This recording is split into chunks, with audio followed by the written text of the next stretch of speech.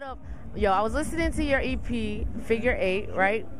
And outside of the MCing, outside of the singing, I felt some I felt some journey in there. Like I felt some, am I wrong? Am I in a bad place? Let me know. Well, you're definitely not in a bad place because music is always open to interpretation. Am I inspired by Journey? Probably not. But if that's how you feel, hey, look, we're talking about them 25 years later. There's what? It's one moment and I really connected. You know what happened? I used to live in Long Island. Oh, wow. So that would explain a lot. That would do it. Nassau or Suffolk? Nassau, then Suffolk, then back to Brooklyn, though. So, okay, I redeem myself? You are redeemed. Brooklyn all day. So who are your influences? Oh, I mean, I'm inspired and influenced by so much. I would say I grew up listening to Stevie Wonder and the Beatles. Love Tribe Called Quest. Kanye West, obviously, Most Def. I was always into rock and roll, I was into punk rock, I was into drum and bass, so, I think we're all the generation, we're the iPod generation, so, I mean, we just listen to so much stuff, all different types of genres, so, I'm inspired daily, so. And just for people that don't know, our new viewers, tell them where you're from and how, just that little bit of how you got to Governor's Ball today, the journey. Sure. Well, I'm from Yonkers, New York, which is a suburb 20 minutes out, 30 minutes out from the city. But I came up in New York City, Manhattan and Brooklyn.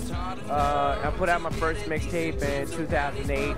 I put out 5, 6 mixtapes. I can't even remember the exact number. I think 5, and then the EP. I signed to Warner Brothers last year. Just put out an EP called Figure 8. You can get it on iTunes, but you can also download it for free. Really, we're just giving you the option because we're just still building the audience. Over the past year, I've just put out songs and videos, that have gone on a lot of different websites. And Governor's Ball reached out to me probably in the winter and just was, hit me up yo, do you want to perform? And I didn't really know anything about the festival at the time. It was still in its early stages, but just the idea of rocking in your backyard and rocking at Governor's Island, I was just super excited, so I said, hell yeah. And then it turns out you got Big Boy, you got Girl Talk, you got Mac Miller, and you're oh shit, this is great, So last question, in this iPod age, as you said before, what's the hardest thing about building an audience? Well, I think there's a lot of content out there, so I think the hardest thing about building an audience is getting the audience's attention, you know what I mean? Because there's so many mediums for an artist to put stuff out that you're talking about. An artist just has to catch you, you know what I mean? And then there's just so much stuff, and there's so much stuff to process. So, it's sometimes like catching lightning in a bottle, but, I haven't had any cosigns, I haven't done any huge collabs, I've only done collaborations with my homies. So I've worked with Freddie Gibbs and Asher Roth, but those are homies, you know what I mean? So I think really for me the growth has been extremely organic.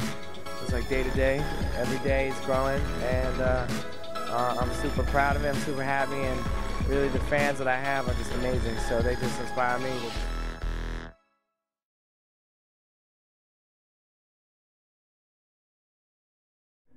What up, is Outasight. You are watching Random Acts of Music with Society HAE.